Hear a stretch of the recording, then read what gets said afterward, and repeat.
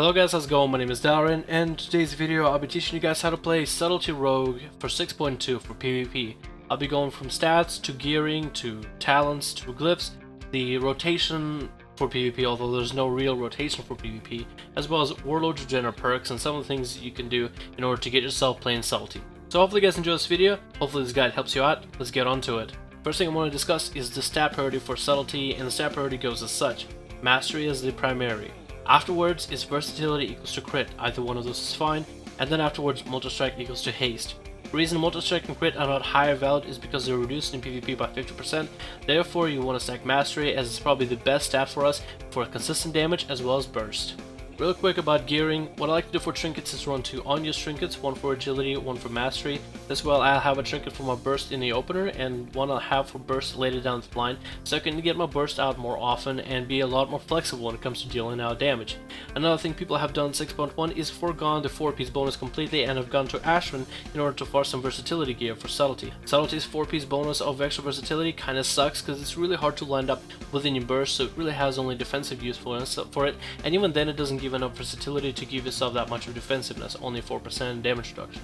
So honestly, a lot of people have gone for and foregone the 4-piece bonus and have got more versatility gear out of Ashran in order to dish out overall more damage. That is something you can do if you are going to commit to playing Subtlety Rogue, but if you are going to play other specs of Rogue, I would definitely farm out the 4-piece gear so that you can swap out between all 3 specs.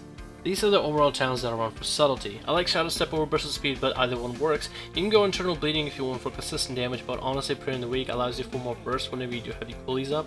And at level 100 is really a good choice between Death from Above or Venom Rush. I like to get strong openers out and use the 50% extra damage that you get in the opener. That's why I like using Death from Above, but most people do prefer running Venom Rush. So if you are new to Subtlety and you are learning Spec, you might want to run Venom Rush for a little bit until you get used to the spec and how it feels and how it's played, and then you can try some crazy tricks with Death from Above. These are my regular glyphs that I run. Glyph of Chip Shot, Blind, and Energy. Those are great for most battlegrounds and most situations. One of the things you can do is replace Glyph of Chip Shot with Glyph of Garrote if you are going to arena against some spell heavy comp, like a god comp or something, as it will give you more uptime on your silence and will really put the other team in a worse situation if anything. Otherwise, these are the glyphs you should be running for the most part. These are probably the best options for most situations. Of course, you can switch them out depending on your playstyle of your own, so definitely take into account what you want out of Subtlety, but these are the general glyphs that most people run, and these are the ones that I recommend.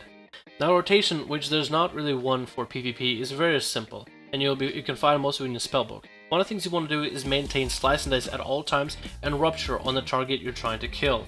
Slice and Dice will give you extra energy every 2 seconds, 8 energy every 2 seconds, and Rupture will put Sanguinary Veins on your target, making you deal 25% extra damage to them. I believe in 6.2 they increased that to 30% now, but it doesn't show it up on tooltip, though there is extra damage as of 6.2 with Sanguinary Veins. So make sure to put a Rupture on the kill target, maintain Slice and Dice at all times, and do not spam out your energy. You don't want to invest your energy into somebody who doesn't have Find Weakness on them. That is the only time when you want to invest all of your energy with backstabs, ambushes, whatever you have into your enemy. Otherwise you want to be playing around the setups until you can get Find Weakness. You get Find Weakness from using Cheap Shot, Garrote, or Ambush, which is used with your openers and with your Shadow Dance. So those are abilities that you use whenever you're trying to lock an enemy down and trying to burst them down.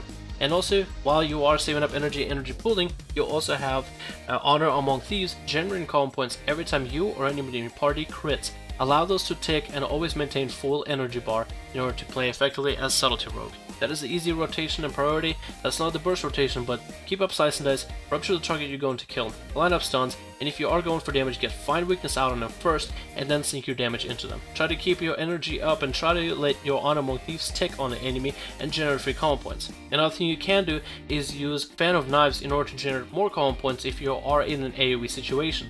So let's say you are running around in a battleground and there's 3 people around you. Yes, you can use Hemo for 30 energy to generate 1 combo point, or you can use Phantom Knives for 5 extra energy to generate 3 combo points, because Phantom Knives, for every person it hits, it'll generate a combo point for everybody it hits, which makes it an effective ability to use in an AoE situation when you're trying to line up a full Rupture, a full Slice and Dice, or maybe even a full stun on your opponent. So now that we've covered the rotation, quote unquote, out of the way, let's get to the rest of the video with bursts and some of the damages and how you can get some of the finishes and openers lined up.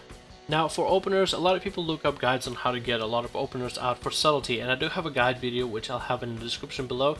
Be sure to click it. It'll show you all 3 specs of Rogue in 6.1, but also applies for 6.2. It'll show you all different kind of openers that you can get out.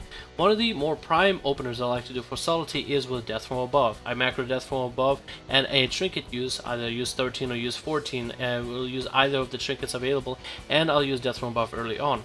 The way I line up this damage is I use Pre-Med, Slice and Death, Cheap Shot, Rupture, Mark for Death, and Trinket, as well as DFA, which is macroed into my DFA.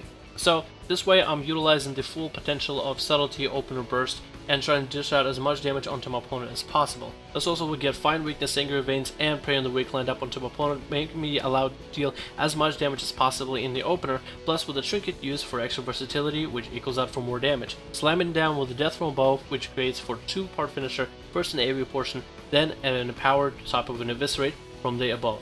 So this is one of the openers that I've been doing running battlegrounds or skirmishes and even arenas as subtlety. It's a lot of fun, it gets a lot of pressure out, and I feel like every subtlety rogue should try it. If it crits, it dishes out a lot of damage and really chunks the opponent's health, and I think it's kind of fun for somebody who's new to rogue or trying out rogue stuff to try this kind of an opener. Again, this is an opener that I like to use, but I'll also show with one for burst that a lot of people like to use as well. Now how to burst the subtlety. This is the real burst that a lot of people are going to tell you about. You start with Pre-Med, Slice and Dice, wait until your combo points are fully up, Cheap Shot, Rupture, Shadow Dance, Ambush, Ambush, Kidney, Mark for Death, Eviscerate, Ambush, Cheap Shot, Eviscerate, while you have your Prey in the Weak up on your opponent. This works better if you have Venom Rush, as you'll give you a little bit extra energy to play around with, but it's a very effective opener as well as burst mechanic. You can use this in an opener, which is what a lot of subtlety rogues like to do, in order to force trinkets early and then play defensive up until Shadow Dance is back up, where enemies will not have a trinket this time, and then you use same exact burst in a smoke bomb or something with another friendly or whatever, and dish out as much damage as possible during that moment and hopefully to score a kill. This is something you can use in the opener, but I like to use DFA in the opener simply because you can't stop a DFA, but you can stop the whole burst that a subtlety rogue is going to dish out at you. That's just my personal choice, and that's just how I feel about it. But you definitely should be able to practice this burst mechanic together and be able to nail it down without having to use a one button macro. Of course, you can make a 1-button macro for this. I believe I do have one linked somewhere in one of my videos. I might have to take a look. And if I do find a link, I'll put it in the description so you could check it out. But I really would advise from going from a 1-button macro. I really think you should use all of your CC abilities, especially during Shadow Dance, and separately, and apply them depending on the PvP situation. Because PvP situations can always change, things can get out of control, a CC might get thrown out where you weren't aware for it. And if you're able to completely separate all of your abilities and then weave them in together depending on the situation, I feel like it'll improve your playstyle as a rogue, and it'll make you a better rogue overall. But that is just my 2 cents on the matter. Real quick, recovery from the perks of Warlords of Draenor. You have a lot more damage whenever you open up. You have 2 extra seconds added to your Shadow Dance when Warlords of Draenor, and then Phantom Dice can generate combo points depending on how many people it hits. So you should be able to take that into consideration, apply that to yourself as a rogue, and be able to figure out whether an ability is energy efficient or not, which is a little bit hard to figure out at first, because subtlety is all about the energy management, because that is your burst, that is your potential. You don't have any outside cooldowns. Everything is reliant on your energy bar and how you control it. Otherwise, it's really easy mechanic to work around with, and it takes some time to get used to, I would say, rather than being overall difficult. Also, another perk you have for Warlords of Draenor is you Vanish is a 1 minute 30-second cooldown, which isn't as good as a 1 minute cooldown for both Assassination and Combat Rogue, but it's still very decent. You should be able to use your Vanish more often, even offensively as well as defensively. That is something you should keep in mind, as those are the Draenor perks that were brought out to subtlety, and I did want to cover them because they do kind of change up the playstyle of subtlety, as well as all the other specs as a Warlords of Draenor. Here's some of the macros that I have that are subtlety specific, and you can pause the video and copy down the macros yourself. I am working on a video where I am going to show all of my rogue macros and be able to put them down in the description below. But for this video, all I can do is show you some of the ones that I have that are subtlety specific. I am going to make a video on all of my macros, and eventually I'll be able to link this video to this video, and hopefully it'll suffice as a better explanation, because this is a whole separate video that I want to discuss when it comes to my macros and how I set them up and what they're doing and what are my macros that I use for my personal choice. So hopefully you guys enjoyed this video. My name is Darren, and if you have any questions on subtlety, leave me comments below and I'll respond to you as soon as I can. Hopefully you guys enjoyed, and hopefully you guys having a great day, and I'll see you guys in the next video.